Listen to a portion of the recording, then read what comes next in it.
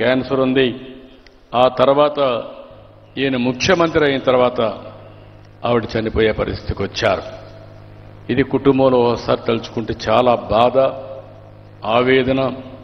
అదే సమయంలో ఎన్టీ రామారావు గారి పట్టుదల చూస్తే తెలుగు జాతి, అందుకే ఎన్టీ రామారావు గారు చిరస్థాయిగా తెలుగు జాతి ఉన్నంత వరకు తెలుగువారి గుండెల్లో ఉండిపోతారు.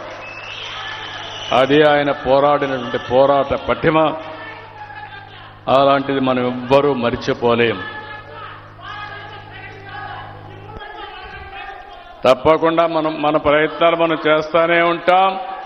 ఈ దేశంలో భారతరత్న ఎన్టీ రామారావు గారికి ఇవ్వాలని అనునిత్యం పోరాడుతా వచ్చే వరకు, సాధించే వరకు ఈ పోరాటం ఆగదని మరొకసారి మీ అందరికీ విజ్ఞప్తి చేస్తున్నా. అందుకే తమ్ముళ్ళు ఎన్ని గుర్తుపెట్టుకుంటే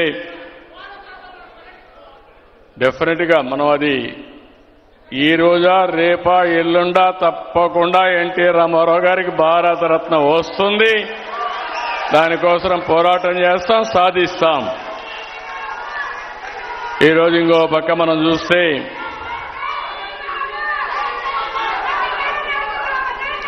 ఈరోజు మనందరం చూసినప్పుడు 41 సంవత్సరాలు పూర్తయింది.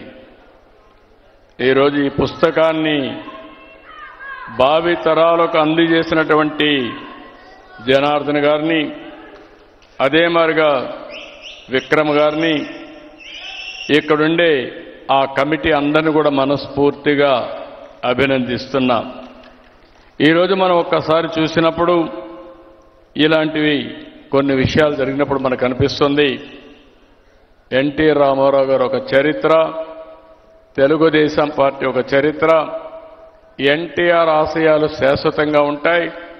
అదే సమయంలో ఆయన ఇచ్చిన మాట మీరు చూస్తే అనేక సందర్భాల్లో చెప్పిన మాట మనందరి చెవుల్లో ఇంకా వినపడుతూ ఉంటుంది. ప్రజలే దేవుళ్ళు, సమాజమే దేవాలయం, పేదవాళ్లే దేవుళ్ళని చెప్పిన ఏకైక వ్యక్తి